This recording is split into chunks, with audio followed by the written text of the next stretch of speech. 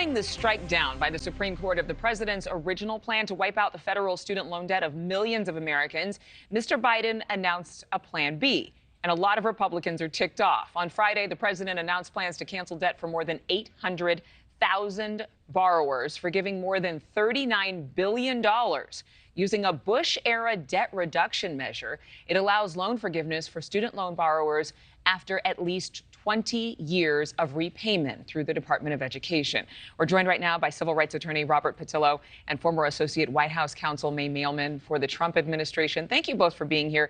May, is the president in defiance of the Supreme Court ruling of his original plan, which would have required an act of Congress, from their opinion?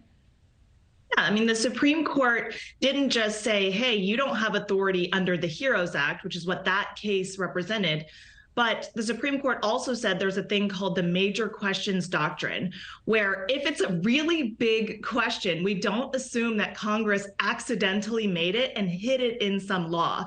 And debt forgiveness is a really big question. It involves questions of fairness to people who didn't go to college. It's obviously a huge amount of money that people's children are going to have to pay because we live on borrowed money in this country. And so here goes President Biden saying, I'm not going to pay attention to the Supreme Court, which I can just tell you, if President Trump were to do something similar, that we would have a nationwide meltdown. An outrage. Robert, through this pre-existing legislation under President George W. Bush, it was actually later enhanced by President Obama. A lot of people don't know that. Forgiving all this debt, what would be President Biden's biggest legal challenge? The biggest legal challenge is having a Supreme Court that doesn't care about stare decisis or precedents in this country. And I think the conceptualization of this Republican court, that Republicans would just decide to be the anti-education party. We're going to be banning books on the elementary school level, attacking teachers' unions on the federal level, resegregating schools with the affirmative action decision, and now saying that we're going to find every way possible to stop student loan forgiveness. This is for people who have been in public service for over 20 years, who have been making payments over 20 years. And this is just a calculation to show that over $39 billion was not owed anymore to the federal government. So this does not fall under the HEROES Act. This does not fall under the previous decision by the Supreme Court. And frankly, President Biden is taking every step possible to forgive student loan debt to help equal the playing field for the American people. During his administration, he's forgiven nearly $120 billion in student loan debt, but that's still only a drop in the bucket to the $2 trillion student loan crisis we have in this country.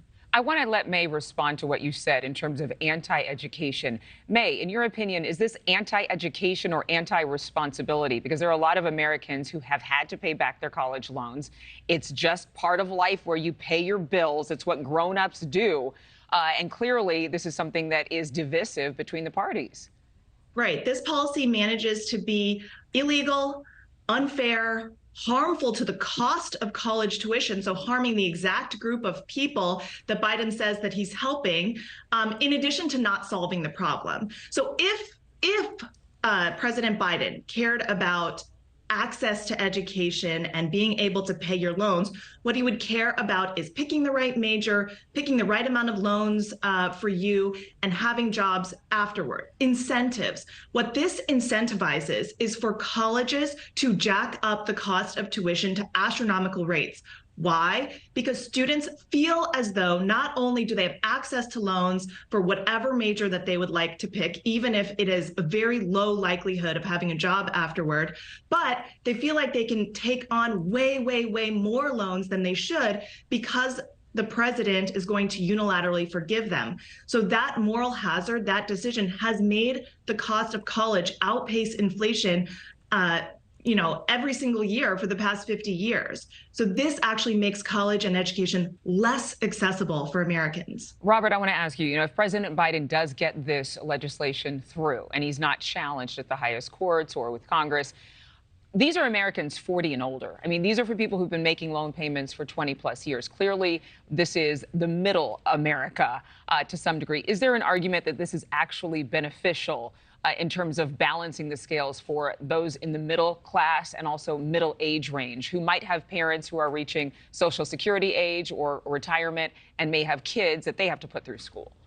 Well, not only that, this is not just people who are in that middle age range, but also who have been in public service. So this idea of that you need to pick a career where you get to sell out to a major corporation. If you want to be a social worker, if you want to be a public defender, if you want to work in child education and healthcare, these are the people that this student loan forgiveness is going to. And this idea of moral hazard, where was the Wall Street bailout on moral hazard? Where was the automotive bailout on moral hazard? Where are the $2 trillion in tax cuts on moral hazard? Nobody was taking out a student loan in 2002 saying, well, maybe in 20 years, Joe Biden will forgive my student loans. It's a ridiculous argument. What it comes down to is Republicans want to close the door on education to poor and middle class students to make sure that only people like Jared Kushner, who can afford spending $20 million to get into Harvard, those are the people who get education. The rest of us are simply going to be under their thumb because they know of education that ephemeral causeway that gets people out of poverty, that builds the middle class, that builds our economy from the bottom up and from the middle out. And that's what Joe Biden is trying to do. So this idea of Republicans saying, well, all of a sudden we've decided that it's amoral for people in public service and for people